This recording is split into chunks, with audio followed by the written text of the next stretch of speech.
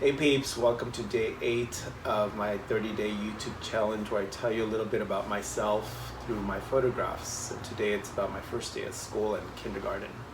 Went to a school called Malabar. It was probably like 2 miles away from home. And I don't remember walking there that first day of school, but I remember the first moment I walked into the classroom. I remember just crying and crying and crying, like I wouldn't stop crying.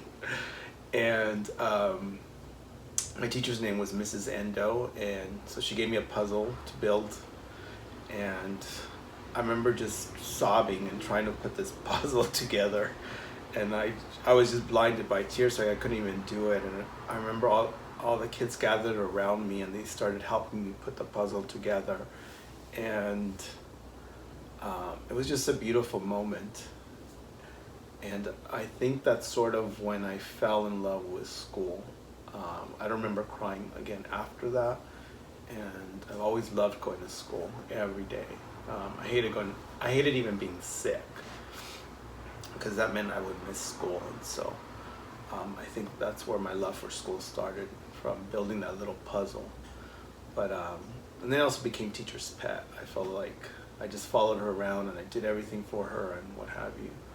But I also had my first crush in kindergarten. Her name was Elizabeth. I remember she had short brown hair, and I remember her wearing this checkered dress, and I would chase her around the monkey bars and all that stuff. But on the other side, there was a girl who had a crush on me, and I felt like I was being bullied into liking her because I wouldn't pay her any attention. And she would threaten me with her sister, who was also in this school, and supposedly her sister had long fingernails, and there was a sense of that one day she was going to scratch my eyes out because I didn't like her. And that's sort of all I remember about kindergarten. But I also remember a quote, and I think that goes back to what I was saying about being a student. When I was in New York City, I once remember telling my boss that I feel lucky that since kindergarten all through high school and college that I always had great teachers.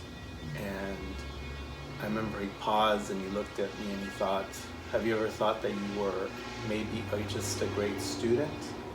So he was kind of patting me on the back for that, and it's something I never forgot. As they say, what the saying goes, when the student is ready, the teacher appears. What if you're always that great student? Then teachers will always be everywhere. So that's it. Next time you build a puzzle, think about me crying. I'll see you tomorrow for day 9. Cheers.